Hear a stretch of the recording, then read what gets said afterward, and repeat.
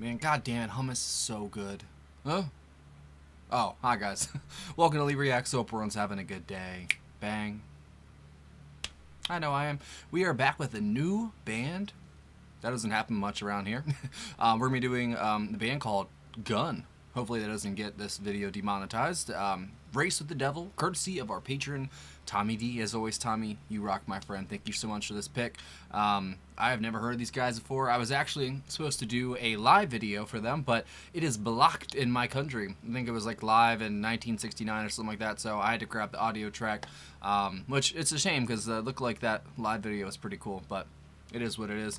Don't forget to leave a like, comment, subscribe. If you got any other tracks by Gun you think I'd like, leave it down below. I'm game.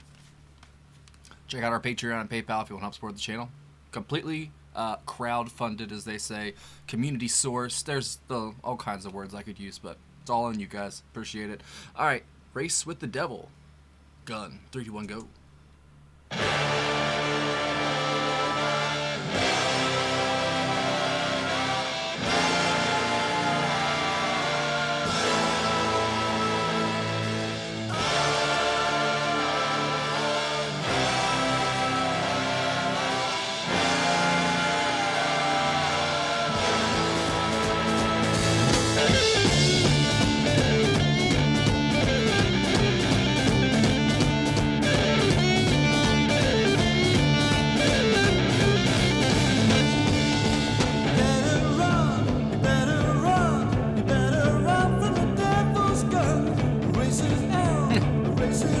They put the name in there. That's funny.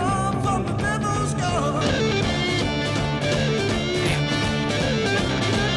That lead is nasty.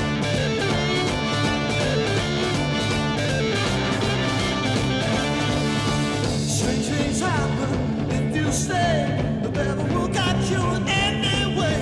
They seek you here, they seek you there. The devil will seek you everywhere. Man, those horns are sick.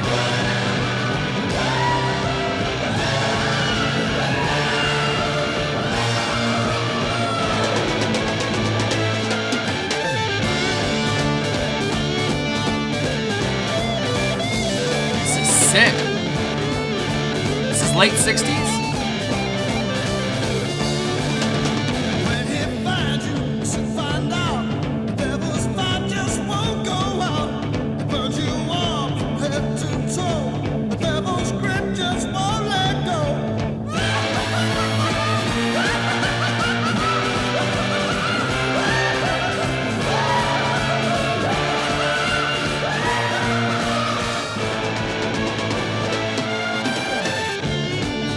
Bro, hell yes, come on.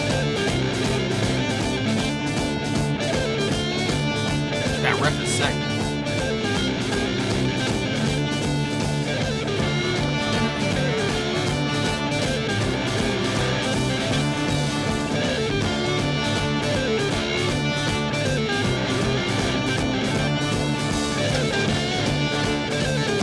This is crazy. What year is this from?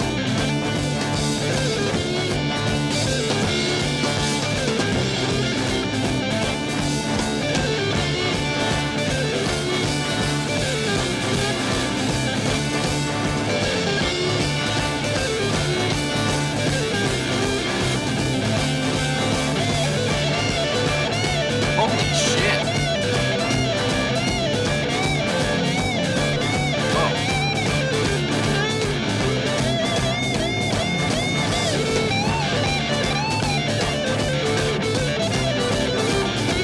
What year is this from? Who is this guitarist?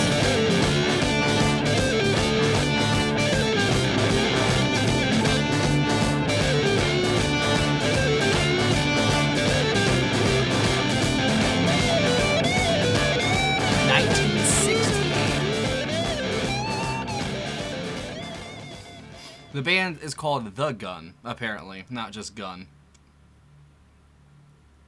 Trying to see if there's not much info on it, to be honest. You guys know I like to know the artist involved. Yep, said it came out in 1968. They're from France. That's crazy. That's from 68, bro. There's some reviews of it and stuff. Man, I like to know who I'm listening to because that guitarist was sick, bro. Here we go. Maybe. Adrian Curtis, Lewis Farrell, and Paul Curtis. And yeah, that's all it says. There's not much. I'm on Discogs. There's not a Wikipedia article or anything for it. But now it says South Africa, not France. Wherever they're from. That was sick as hell. I don't know who's playing what, but that guitarist, that's crazy. That's from 68, 69.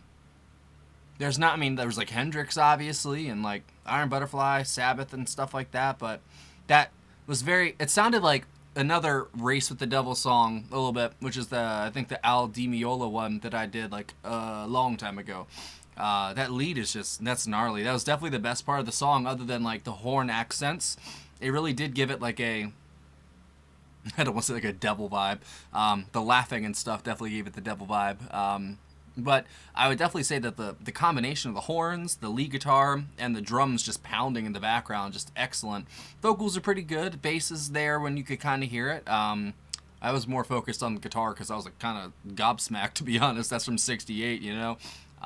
That's like more of like a 70s almost guitar sound right there, you know? But, you know, maybe they were inspiration for other bands. I don't know. It doesn't really say much about them on the internet. There are a lot of, like, Discogs articles and stuff for them, so they definitely have some, I guess people, like, you know, they've bought their stuff before, obviously. I don't... I'm kind of blown away right now, I'm not going to lie. Hopefully Tommy or somebody can fill me in who the artist actually, you know, instruments they're playing and such. I love that. That was great. It is kind of like what our life is, though. It is just sort of like a race with the devil, because, I mean, you're going to die at the end no matter what. You're just trying to see what you can get done, basically, before you die, you know? That's just what it is. Our existence is very fickle. It's very interesting, this reality we inhabit. Inhibit works, too, I guess. But, you know, the whole devil, God thing, like, I don't know. I definitely believe there's a good and there's an evil, but I also believe there is a lot of gray as well, if that makes sense. I think, you know, not everybody that is fully, there's no one fully good or fully bad, I'd say. You know, there's always a little bit of good or a little bit of bad in each person. It all depends on, you know, which wolf you feed, you know, that lame ass cliche. It's very true, you know. I don't want to say man, just humankind in general.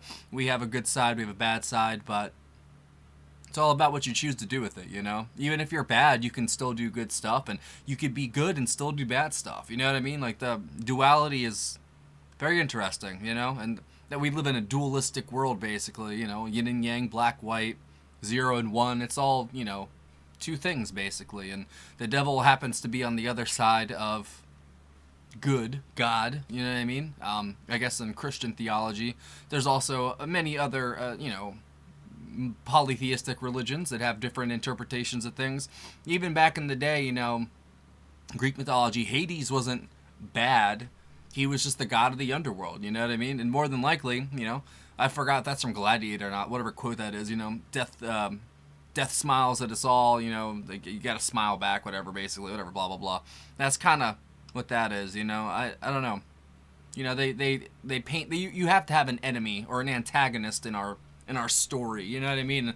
That's just, you know, everyone likes to, maybe not as much these days, you know, but a lot of people blame the devil for a lot of stuff, and hey, who am I to say he's not real? You know, they always say the biggest trick that he ever played was, you know, convincing us that he's not real. It's a fair quote, you know what I mean? But I don't know. Maybe the greatest trick he ever pulled was saying that he did exist, but in the whole time he really didn't. Now that would be, I don't want to say Satan, but like a devil thing to do. He's not even real, and he convinces you that he's real, you know? That is some dark magic right there, for sure. But I'll never forget the dream I had, and I have like a stupid memory for my dreams, from like the ones that really stood out. I remember being in this like great hall, and it was filled with light, and it's like a cathedral almost, and like a bunch of armored people, gods, I could tell, you know, sitting in like a bunch of thrones, basically. But I didn't get a good vibe from it, you know what I mean? Like, I got a really dark vibe, to be honest. As someone who was raised in the church, I've seen a lot of dark things come from something that's supposed to be good. You know what I mean? And then as someone who was a drug addict for a very long time and saw a lot of shit on the streets, you know what I mean? There's a lot of good that comes from bad things too, you know? So it's not so cut and dry as people like to make it out to be. I think there's a lot more nuance that goes into what our life is than, you know, black and white, you know? Which, you know, it all depends on how you look at it, you know? And who am I to impose my worldview or, you know, have someone's worldview imposed upon mine, you know? Everyone sees things differently, and I think that's a good thing and a bad thing. Maybe we would get more stuff done if people saw things more similarly, you know what I mean? But in reality, people nowadays live in their own little worlds, and that ain't changing. It's just gonna get worse until they just blow the internet up. It's not gonna, no. Everyone's in their own little echo chambers that are now AI driven with bots and stuff like that, and it's scary, bro. And as someone who doesn't use AI and probably more than likely never will, even though we will be doing an AI song actually this month, but it's not to review it per se. It's probably going to be more of a cautionary tale because they've been altering a lot of music and, you know, turning it this way, you know, putting a 2007 rap song in a 60s soul style sort of thing. That's like what Joe Rogan, I think, is obsessed with right now. I saw that on some video. Everyone's just talking about it. And I find that interesting that, I mean, that is a cool way to see what could have been, or, you know, but you're altering somebody's life's work into something it's not supposed to be, and I don't know, it just doesn't sit well with me, you know what I mean? Like, I don't know, like, I wouldn't want, if I wrote a song, produced it, put it out there, went through the rigmarole of, you know, being a musician and an artist, like I never actually could be, you know, I never published anything, I can't imagine just like waking up one day and looking and seeing that, oh my god, they turned my song into like 90s NSYNC version of it or something like that, you know? Like, I would lose my mind, bro. Like, this song is from 1968. It's very forward thinking. It's very ahead of its time, and it's pretty fucking sick, I'm not gonna lie. I can't wait to listen to that again. That's a playlist song for sure. But imagine somebody took that song and put it in like 80s Tears for Fears style song. Like, you know what I mean? Like, that's cool in theory, but like once you start poking at the hole, like poking holes in the very tightly threaded fabric that we have of culture in music and arts, the arts, it can easily fall apart, you know what I mean?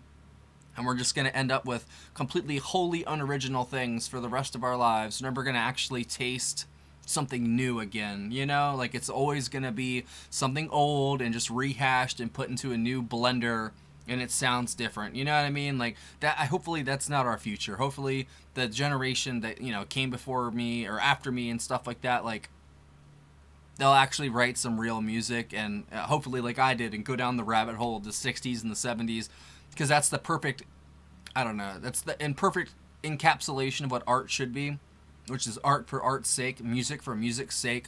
You know, obviously people did it to get laid. They did it just to, you know, be popular, be cool, make money, whatever. But man, there were some real artists back in the 60s, the 70s, the 80s, and the 90s, to be honest. Even going into my era in the 2000s, there's absolutely real artists out there. But once you pass 2012, everything started sounding very similar. Everything got really, I don't know. And nowadays, they just, like, the only thing they can come up with is they fuse everything together. There's one band that's really big right now called Sleep Token. And I actually really liked them when they first came out. But now what their songs are, it's like R&B, metal, rock, choral stuff. You know, like, it's literally every genre you can imagine just thrown in a blender. And yeah, it sounds good, but there's nothing behind it. It's just a facade, basically. And I feel like that's what a lot of our life is these days. It's just a facade. It's just there to make it look like things are okay. You know what I mean? And that sucks. That really does suck, you know? Because it's not going to get any better. Like, I'm a realist. Like, usually, unless something drastic happens, people don't change. You know what I'm saying? I'm a prime example. I literally had to get stabbed in the back and then also have a child for me to stop doing heroin, which I had been on a 10-year bender basically. And that's just how human nature is. We're very fickle creatures, but we don't change our patterns unless something forces us to, in a way, you know? So hopefully this trend of AI music and stuff like that will just kind of be a fad and just, fall to the wayside. Eventually people will get bored by it, and then they'll start making real music again, because there's only so many things you can do with a computer, you know what I mean? But it's just never... I don't know. It just sucks. I was listening to Sergio Mendes today when I was driving, and I was listening to Mas Que Nada, which is, I listened to it over and over and over and over. Listen to some Astro Gilberto. I love samba music. You know what I mean? I don't know. Wish we could go back to that. Thanks, Tommy. That was a great pick. If you guys have any other picks by The Gun, leave it down below. And I'll see you guys later, hopefully tomorrow. And then we got a Thanksgiving special coming on Thursday. It's going to be a nice cooked turkey for y'all. Hopefully y'all enjoy. Don't forget to leave a like, comment, subscribe, all that nonsense. Bye.